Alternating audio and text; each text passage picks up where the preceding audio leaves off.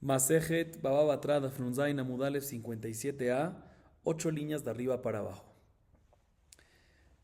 La Mishnah a continuación nos sigue hablando sobre la Hazaká de 3 años. Recordemos en qué consiste. Una persona, por decir Rubén, está ocupando una propiedad, ocupando una tierra, y argumenta que él la compró, pero no tiene un shtar, un documento de compra, y tampoco tiene 2 testigos que dan testimonio que la compró. En este caso la halajá es que si él lleva ocupando la tierra y usándola o haciendo ciertas actividades durante 3 años y tiene 2 testigos para eso, que lleva haciendo esas actividades o esos usos durante 3 años, la halajá es que ¿qué? Que le creemos a su argumento que la compró y le dejamos esa tierra en manos de él, le damos credibilidad a su argumento, le dejamos la tierra, la propiedad en manos de él y no se la damos al dueño anterior, por decir Shimon. Esta Mishnah nos habla sobre qué tipos de usos, qué actividades debe hacer el ocupante Reubén durante esos 3 años para poder crear esa hazaká. Dice la Mishnah, Elu devarim sheyesh lahem hazaká, ve elu devarim she'en lahem hazaká. Hayama amit behema bechatzer, tanur, rehaim vekiraim, מגדל תרנגולים ונותן זבלו בחצר אינה חזקה. אבל עשה מחיצה לבהמתו גבוה 10 טפחים וכן לתנור וכן לקיריים וכן לרחיים, הכניס תרנגולים לתוך הבית ועשה מקום לזבלו עמוק של 3 או גבוה של 3, הרי זו חזקה. Dice la Mishnah, a continuación estos son los tipos de usos y ciertas actividades que sirven para crear hazaká. Y estas son ciertos usos y ciertas actividades que no sirven. Por un lado, si el ocupante, Reubén, solo colocó un animal en esa propiedad, en ese patio, en ese hatzer, en ese patio, cuando decimos patio es patio delantero de la casa, ¿sí? O el patio, ¿sí? O colocó un horno, este ocupante, o colocó un molino, o colocó una estufa, o simplemente colocó un criadero de gallinas, ¿sí? O colocó el estiércol en ese patio.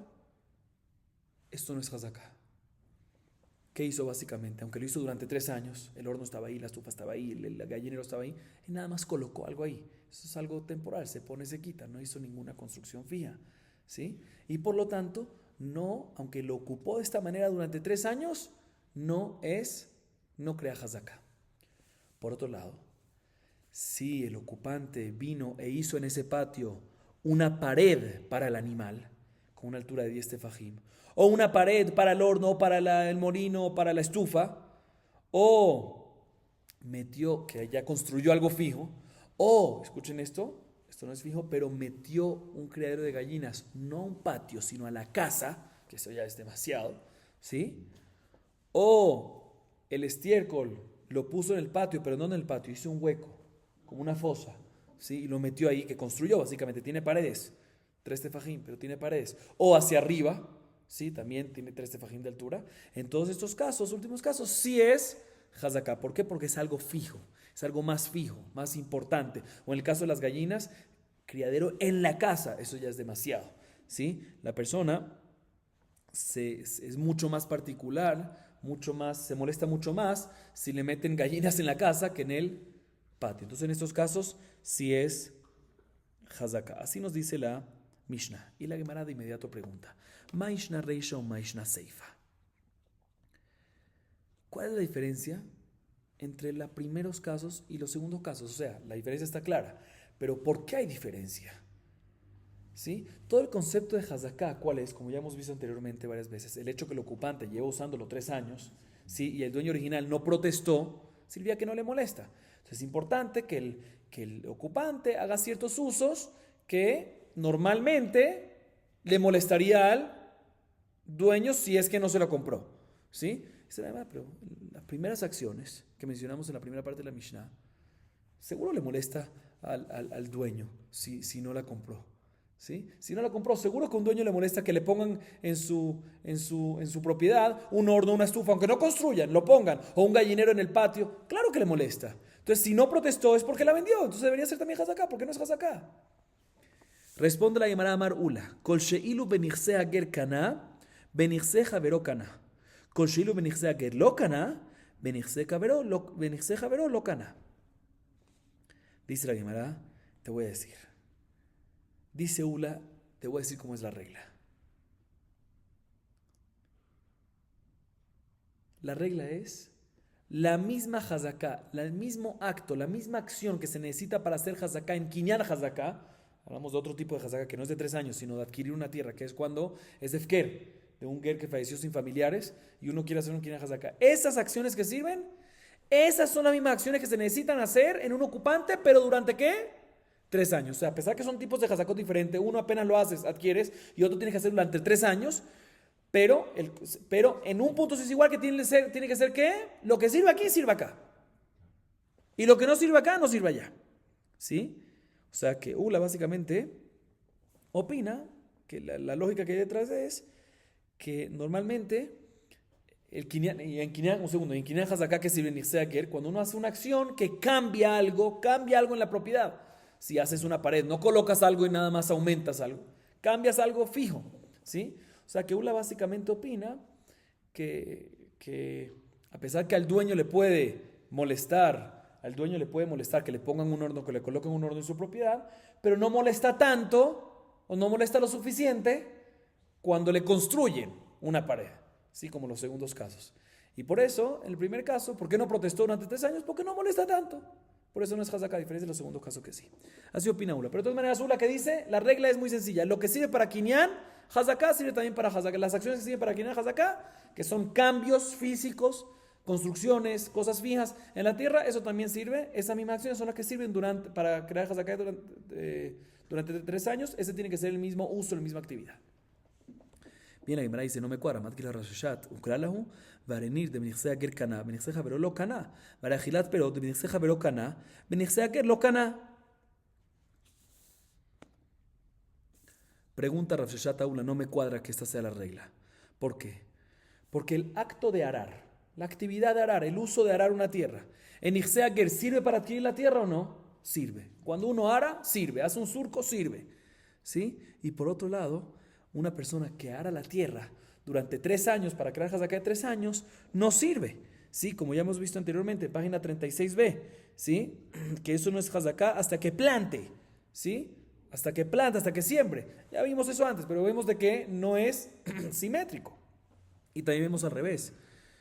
Comer las frutas en un campo, ¿sí? Si uno lo hace durante 3 años, come las frutas, ¿es hazaká o no es hazaká? Sí es hazaká, lo hemos visto varias veces. Pero por otro lado, si un nixeaker, una persona, nixeaker quiere venir de Efker, agarrar una fruta y la come, ¿adquiere o no adquiere? No adquiere. Vemos que no es simétrico, entonces no es correcto esta regla. Por esto la Gemara explica de otra manera. Ela amar Rav Nachman amar Rabba Barabúa. Jaja behatzera shutafim askinan. De behamada kedi lo kabde. Amechitza kabde. ובהעמדה כדי לא כבדה, בהתן השותפים שנדרו הנאה זה מזה עשויים להיכנס לחצר. Dice Rav Nachman en nombre de Rabba Barabúa, presten atención. Dice, te voy a explicar. En verdad, definitivamente, las actividades para crear una hazaká de 3 años son diferentes a las actividades y las acciones de Kinyan hazaká, de Nixea Ger. Es diferente, no tiene que ver uno con otro. Entonces vuelve la pregunta, ¿cuál es la diferencia entonces de la primera parte de la Mishnah y la segunda parte de la Mishnah? Entiendo que en la primera parte de la Mishnah estás colocando algo sobre la propiedad y en la segunda estás construyendo o haciendo algo más grave, que es el gallinero en la casa, que es más grave. ¿Sí? ¿Cuál es la diferencia? Al fin y al cabo, pues, al dueño le molesta a ambos. Entonces, si no protestó, debería crear hazaká también en el primer caso, también en la primera parte de la Mishnah, en todos esos casos. Dice la Gemara, sí, pero la Mishnah está hablando en un caso especial. En un patio que le pertenece a 2 personas, socios, ¿sí? Y viene uno de los socios, digamos Rubén y Shimón, viene uno de ellos, por decir Rubén, y coloca en ese patio que pertenece a los 2 su horno, o su estufa, o su animal, o su molino, etcétera, etcétera, etcétera. Ya que pertenece a ¿qué? A los 2 socios, entonces Shimón no le molesta si Reuben solo coloca algo de él, porque pertenece al otro también, y porque pertenece al mismo Reuben también. Entonces no le molesta a Shimón que Reuben coloque sus cosas, pero construir una pared, hacer algo fijo, ahí sí le va a molestar a Shimon que Rubén lo haga. Entonces se entiende. Cuando es un patio normal de otra persona y uno viene y hace, coloca un animal, coloca, eso molesta. Y si lo lleva haciendo 3 años es porque efectivamente tiene razón que lo compró. El hecho que no protestó es porque que no protestó el niño es porque lo compró. Pero aquí es de 2 socios. Y si es 2 socios, ¿qué pasa? Si Rubén coloca algo, no le molesta tanto a Shimon, porque al fin y al cabo también es de Rubén. Entonces por eso no protestó, entonces no crea Hazaká. A diferencia si construyes, o sea, algo más fijo, no tanto construir algo fijo, ahí sí el segundo socio, el Shimon le va a decir, no te adueñes aquí de esto, esto es de los dos al fin y al cabo. Por eso ahí si no protestó, sí crea Hazaká. Bien, la Guimara pregunta lo siguiente, sale de esto, escuchen bien esta deducción, que cuando uno coloca algo no fijo, ¿sí? Algo que no es fijo, coloca, al socio no le molesta. Y por eso decimos que cuando Reubén colocó, y lo colocó por 3 años, no creó Hazaká, ¿por qué? Porque a Shimon no le molesta, por eso no protestó. O sea, ¿qué significa que no le molesta? Significa que básicamente, aunque en realidad son socios, y si uno quiere colocar algo, solo él, que le pertenece solo a él, tiene que pedir autorización del otro. Si no le molesta es como decimos que básicamente cada socio le hizo efkera su parte para que el otro pueda colocar algo sin su autorización. Para este tema nada más, para colocar, uno perdona eso y se lo regala al otro sin permiso. Eso es lo que estamos diciendo aquí básicamente. Y por eso es que no protestó y por eso es que no crea Hazaká el que está colocándolo. Dice la Gemara, esto no me cuadra. Porque la Mishnah en Masej Nedarim, página Memhe Amud Bet, 45b, dice lo siguiente: ¿qué pasa si hay 2 socios que hacen un voto, una promesa, un neder, y un juramento, ¿sí? Un neder, un voto, y dicen un voto, y cada uno dice, nos comprometemos, hacemos un neder, que no vamos a recibir provecho uno del otro. Dice la Mishnah, prohibido que cada uno de ellos entre al patio en sociedad. Porque cuando Reubén entra, está teniendo provecho de Shimon, porque es socio. Y Shimon cuando entra, está teniendo provecho de Reubén. Ahorita cuando uno entra, ¿es fijo o no es fijo? No es fijo. Camina y sale. No es fijo. Y está escrito que cuando uno hace el neder, recae el neder y no puede entrar. Significa que una persona no le hace efker a que el otro coloque algo provisional. Pregunta en cuanto a lo que vimos antes. Por eso le llamará otra explicación. O mejor dicho, el mismo Rav Nachman en nombre de Rabba Barabúa da otra explicación. Él amar Rav Nachman, amar Rabba Barabúa. Haja perjavash el ajore batim askinan. De be'amada kedi lo kabde be'mechitza kabde. Dice Rav Nachman en nombre de Rabba Barabúa. Definitivamente. Respecto a 2 socios, como dice la Mishnah Masejet Nedarim, 2 socios de un patio, ¿sí? Hacen un voto uno en contra del otro, que no pueden tener provecho, a pesar que uno solo no puede entrar, ni uno ni el otro puede entrar. O sea que no se perdonaron nunca el derecho de que cada uno coloque algo sin permiso del otro. No, y ahí está que cuando hacen el voto recae y no puede. Dice Rav Nachman, pero aquí todavía podemos decir que la Mishnah está hablando cuando son 2 socios, pero no estamos hablando en un patio como la Mishnah Masejet Nedarim, sino en el patio trasero. No patio delantero o patio regular, sino patio trasero. En el patio trasero, ahí uno siempre es mucho menos, aunque son 2 socios, siempre uno perdona mucho más, porque es menos importancia un patio trasero, ¿sí? Entonces eso lo perdona. Y en ese caso, efectivamente es que decimos que cuando solo coloca uno de los socios, el segundo socio no se molesta, porque al fin y al cabo también es del primero, y por eso no protestó, y por eso el primero no crea Hazaká. Y cuando construye algo más fijo, ahí sí se molesta, y por eso si no protestó, es porque se lo vendió y sí crea Hazaká. Y efectivamente en un caso como estos de patio trasero, según lo que la Mishnah me está diciendo, si entre los 2 socios nodriman as de misé, hacen neder que no pueden tener provecho en otro, sí van a poder entrar a la tierra. ¿Por qué? Entrar al patio trasero, perdón. ¿Por qué? Porque la entrada, esa colocación provisional, esa entrada que uno entra y sale, no es nada importante, que ninguno de ellos es particular al respecto. Entonces cuando se prohíben provecho uno del otro es para otras cosas y no para cosas no importantes. Otra explicación se la llamará Rapapá Amar y Divaí de Bejatzera Shutafim. Veika de Kabde, Veika de lo Kabde, Gabebamona Lekula, Gabeisura Lejumbra. Otra explicación se la llamará es que en verdad, como la explicación anterior, de socios, pero no de patio trasero, sino patio delantero, patio regular, ¿sí? O patio regular, pero no el patio trasero. Preguntaste que no me cuadra la Mishnah Masechet Nedarim, dice que está surbeaná, mashma que si se molestan cuando son colocaciones, cuando son cosas también provisionales, cosas de entradas, salidas, aunque no son construcción. Dice la Gemara, te voy a explicar. En realidad, en patios delanteros o patios regulares, también no patios traseros, hay quienes son particulares entre los socios, hay quienes entre ellos son particulares y hay otros que no lo son. Entonces tenemos duda, ¿estos socios qué son? Por lo tanto, en temas monetarios, nuestro tema, ¿sí? Monetarios, Hazaká, Lekula, Safek Mamón, Leakel.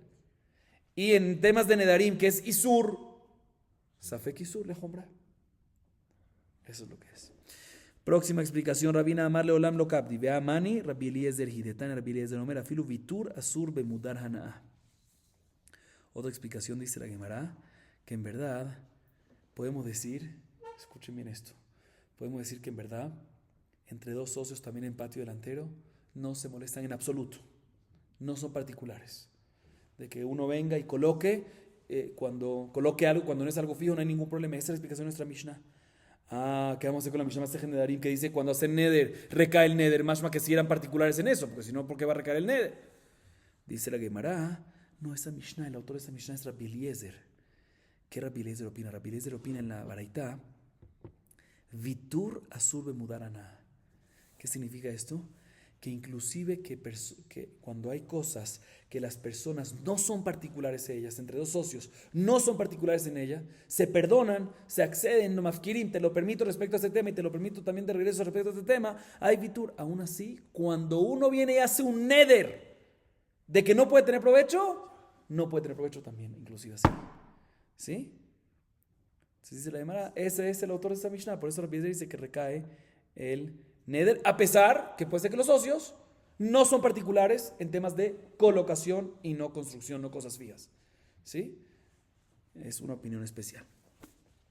Seguimos. Amar Rabbi Yohanan Mishum Rabbi Beana. בכל שותפים מעכבים זה את זה, חוץ מן הכביסה, שאין דרכם של בנות ישראל להתבזות על הכביסה. Dice la Gemara lo siguiente. Dice Rabbi Yohanan no Rabbi Beana, a pesar que mencionamos que entre los socios pueden ser particulares en ciertas cosas entre ellos. ¿Sí? Dice Rabbi Yohanan en nombre de Rabbi Bená, en muchas cosas, muchas actividades, todas las acciones, todos los trabajos, pueden los socios ser particulares uno con otro y decir, no lo hagas. Puede uno impedir al otro, e igualmente viceversa. Somos socios, tenemos que llegar a un consenso que se puede hacer que no. Menos en algo, en lo que es lavar la ropa. ¿Quién lava la ropa en tiempo antes? ¿Sí? ¿Quién se encarga de lavar la ropa? La mujer. ¿Sí? Entonces tú le dices, no puedes lavar, si un socio quiere lavar la ropa aquí, la esposa quiere lavarla en el patio, sí, porque el patio está en sociedad de las dos casas, digamos, no puede venir el segundo socio y decir, no te permito. ¿Por qué? Porque si no, ¿dónde va a tener que ir la mujer a lavar? Al río, no es tenido, no es recato. Entonces, en esto no puede un socio impedir al otro. No puede ser particular en esto, no puede ser makpid, ¿cómo se dice makpid? No puede ser particular en esto y no dejarle. No puede ser estricto con esto e impedirle al otro el uso. Y el otro efectivamente puede usarlo, inclusive sin autorización del segundo. Igualmente viceversa. ועוצם עיניו מראות ברע, אמר רבי חייא בר אבא, זה שאין מסתכל בנשים בשעה שעומדות על הכביסה. איך ידעמי דאיכא דרכא אחריתא? רשע הוא, ידליקא דרכא אחריתא אנוסו, לעולם דליקא דרכא אחריתא. ואפילו אחי מביה ללמינס נפשי. Escuchen esto increíble, dice el pasuk en Yeshaya, capítulo 33, versículo 15. Veotzem einav marot berra. El que cierra sus ojos, ¿sí? De vistas malas. ¿Qué significa? Dice la Rabbi Barabá, esto se refiere cuando una persona está caminando, tiene que ir de un lugar al otro y está caminando ¿por dónde? Por el camino, en el borde del río, ¿cómo se dice? En la esquina, en el borde del río. Sí, el borde del río. En la orilla del río. Sí, esa es la palabra. En la orilla del río. ¿Sí? Y cuando camina en la orilla del río, ¿qué hay muchas veces? Señoras lavando ropa y no es tenido, no es recato. Una persona cierra los ojos y no ve a las mujeres cuando están lavando. Sobre fue dicho este paso. Otsemenav cierra los ojos de ver cosas no correctas. ¿Sí? No bonitos de ver, no recatos. Dice la Gemara, un segundo, no entiendo. O sea que el pasuk, básicamente, viene la Gemara y pregunta lo siguiente. ¿Cuál es el caso aquí que el pasuk alaba a esa persona que cierra los ojos? El pasuk ahí está alabando en Ishayal, pero la persona que cierra los ojos y no ve ese no tzeniut, ese peritzut, ¿sí? Ese no recato.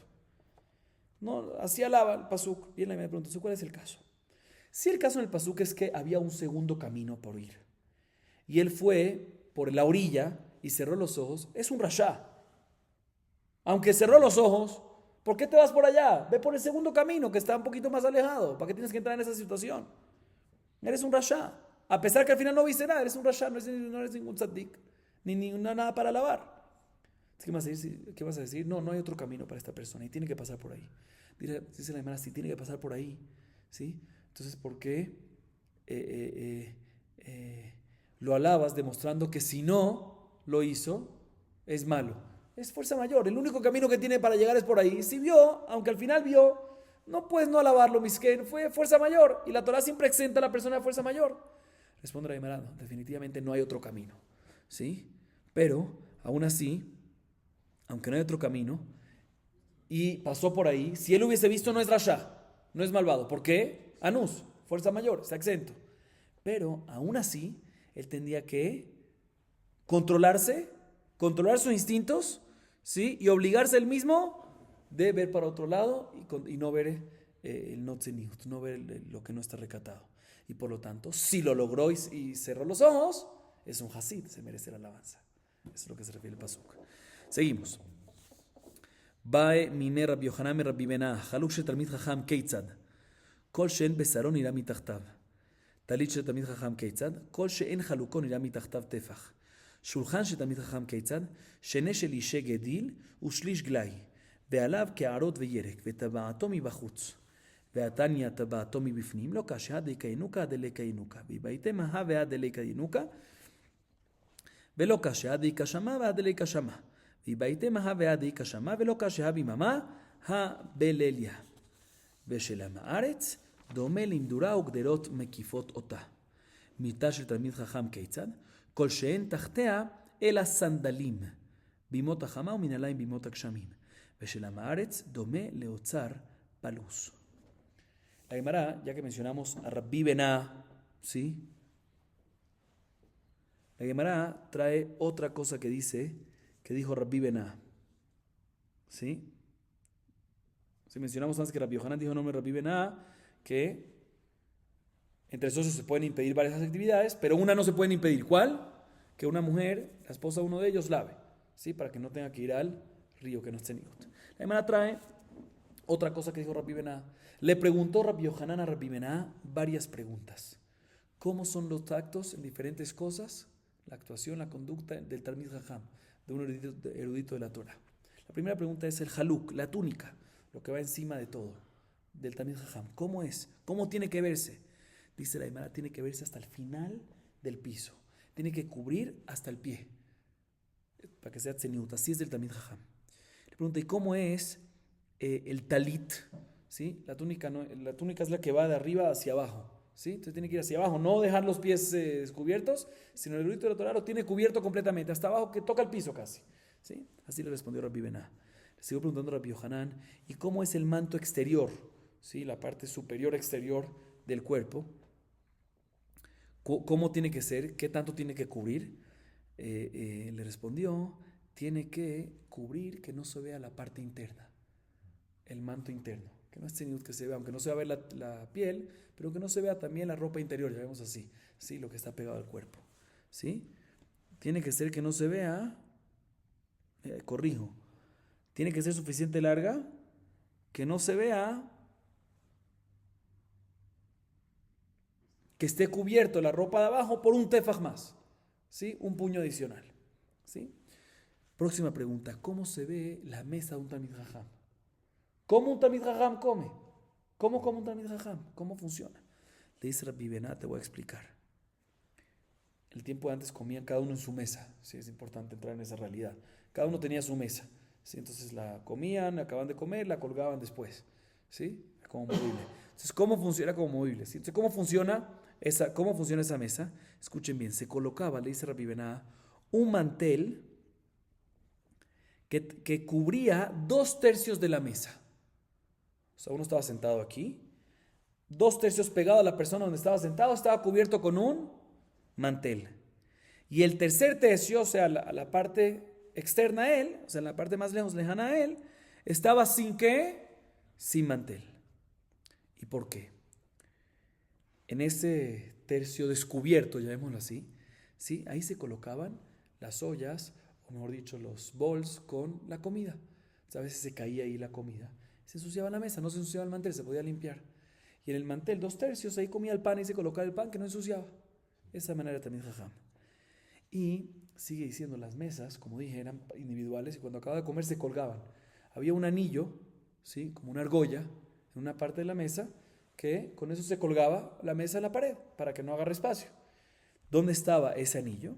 El anillo estaba en la parte externa. O sea, si yo estaba comiendo aquí, el anillo estaba ahí. O sea, de la parte descubierta, ahí. ¿Sí? Y ya que mencionamos esto, la primera pregunta, pero no me cuadra que Rabbi Bená diga que el anillo estaba en la parte que enfrente, externa, ya vemos, la externa a él, lejana a él. ¿Por qué no me cuadra? Porque hay una baraitá que dice que el anillo donde estaba, en la parte interna, o sea, la parte cerca a él.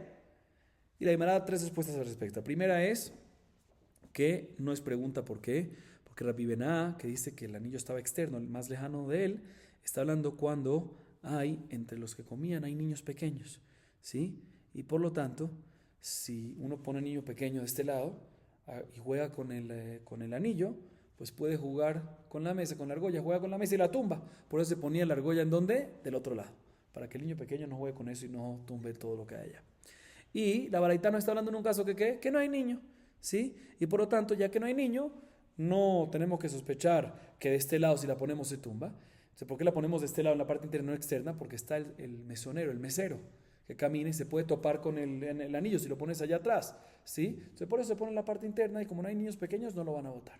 Primera respuesta. Segunda respuesta es, podemos decir de que ambos casos, Rabbi Bená y la baraitá, ambos están hablando cuando no hay niños pequeños. Y aún así no hay pregunta por qué. Podemos decir que la baraitá está hablando cuando hay mesero que sirve la comida. Entonces es importante que no lo pongas en la parte externa porque el mesero pasa por ahí y se atraca con eso. Le puede perjudicar.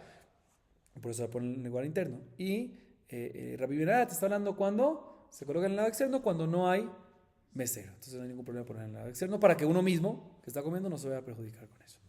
Tercera respuesta es de que a ambos casos Rabbi Bená y la baraitá están hablando cuando hay mesero y aún así no hay pregunta por qué. Uno está hablando en el día y uno en la noche. La baraitá está hablando en la noche. Sí, en la noche el mesero no ve cuando pasa por ahí, entonces no se puede cuidar, entonces tú cuídate, se pone interno y no externo, no afuera, ¿sí? No lo más lejano. Y Rabbi Bená te está hablando en el día que el mesero puede ver, entonces fíjate dónde estás caminando y se lo podemos poner hacia afuera, o sea, hacia más lejos. Sigue Rabbi Bená diciendo, todo esto es la conducta de un talmid jajam. ¿Cómo es la conducta de un amaretz, de un ignorante, cuando come? Dice la Gemara, su mesa parece a una fogata. ¿Qué significa una fogata? Sí, con fuego. Cuando uno usa fuego, en una estufa coloca fuego en la mitad y todas las ollas alrededor. Igualmente aquí pone...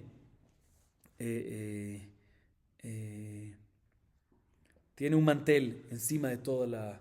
O mejor dicho, tiene un mantel encima de toda la mesa en parte, pero tiene puras ollas directo del fuego, hirviendo, que salen a la mesa y las rodea así como una fogata, ¿sí? Y cuando se sirve se cae encima del mantel y se ensucia todo un desastre. Sigue diciendo Rabbi Bená, le preguntó Rabbi Yohanan a Rabbi Bená, ¿cómo es la cama de un Talmid Jajam? ¿Cómo es la cama de un Talmid Jajam? ¿Cómo se tiene que ver? Ordenada. Abajo de la cama solo pueden haber 2 pares de zapatos.